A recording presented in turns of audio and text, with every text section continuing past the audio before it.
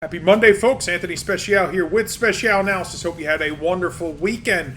We're going to dive right into it today. We're going to look at our major market weekly updates. We're going to do that very simply because there's a lot happening in the market. So we need to look at the big picture so that we stay on the right side of the market as we continue to move throughout this week. Now, we do have a few brand new trade ideas that we're going to share with you tomorrow morning. So please make sure you tune back in for all the details on those new ideas which have triggered over the past week or so. So I'll dive into those details tomorrow. But for today, we're going to look at the big picture. We're going to look at the Dow, NASDAQ, S&P, Russell, gold, oil, dollar index, Bitcoin, just so we have a broad stroke of the overall market, kind of get a feel for where last week pretty much left us. So let's jump right in. Without further ado, I'll open the chart and we'll take a peek at what we have.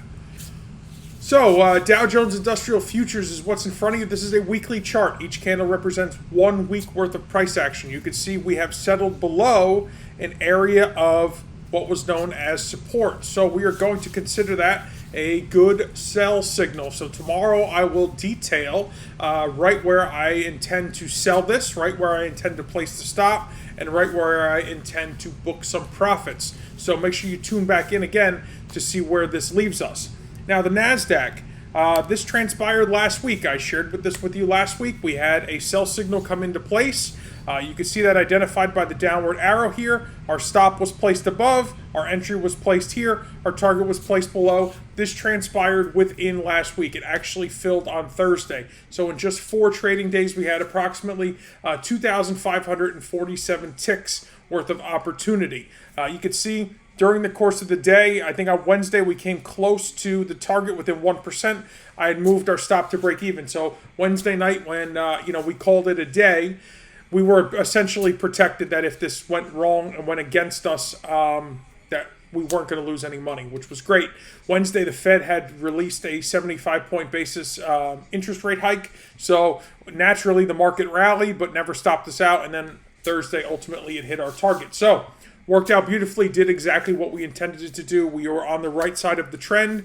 You can see big picture, impulse, correction, impulse, correction, impulse. So the idea is to capture these impulses along the way, and that is how we're going to make money. Whether it's the NASDAQ, whether it's a single stock or equity, whether it's cryptocurrencies, whether it's commodities, it doesn't matter. The approach is always the same. As long as we have the analysis down pat, we can employ a trade plan that does work.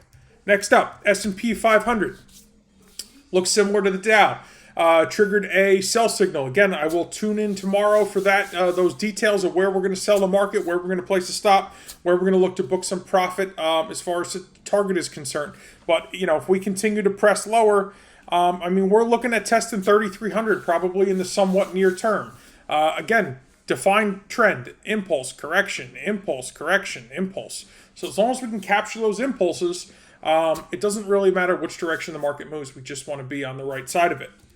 Russell 2000 finally broke below. You can see we've settled below an area of known support, so we do potentially have some further downside here as well, which I will detail in tomorrow's video. So again, make sure you tune in. I know it's a lot to carve 10 or 15 minutes out of your day, but I promise you I am making all this information well worth your while. There's nothing here that should be considered a waste of your time. If you are interested in truly learning how to trade and not just be entertained by some guy that flashes a jet and a Lamborghini in front of you, trust me, this is the real deal stuff. You're not going to find this anywhere else.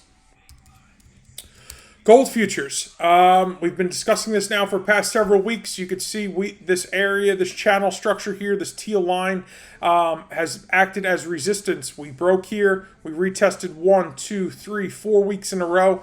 Price continues to exhibit weakness consistent with the broader market. So we are in a defined downtrend. We're looking for some ideal entries. We don't have anything that really sets up super nicely. If it's not clean, we're not interested in it. There's 7,000 plus different things we can trade. Why would we consider something that doesn't match our setup that we're looking for?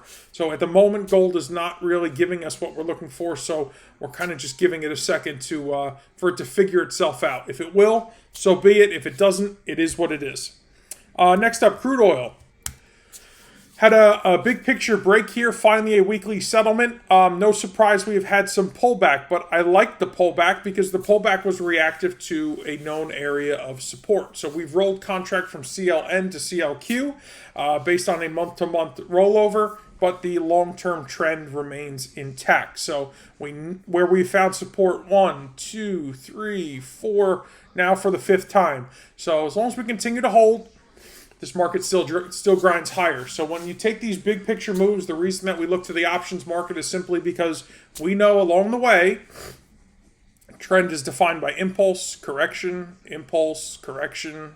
You know, those corrections along the way can be a little painful if you're holding a large quantity of, contracts, futures contracts, but at least with the options market, if we buy calls or puts, depending on the direction we're going in, we have capped our risk to the premium in which we paid, so we can sleep well at night, knowing that even if our position is has pulled back slightly, we're still fine. So this does not terribly concern me. This just confirms that the trend is intact. We'll likely see what happens in the next coming weeks. If we do get a break below and fall lower, well, then that's a different story. But we'll see if that happens. We'll keep a close eye on this. We still do believe that by the end of the year, we should be looking at the 2008 high, which would push us towards the 147 mark. So that's what we're looking at for crude oil.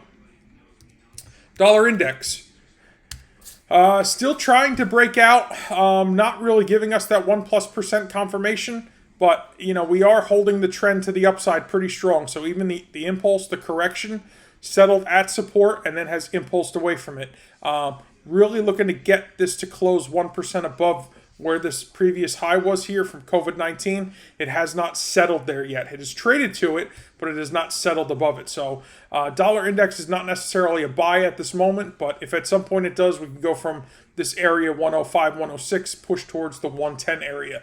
So that's what we're anticipating for the dollar index. It just has not met our criteria yet to consider the trade. And last but not least, Bitcoin.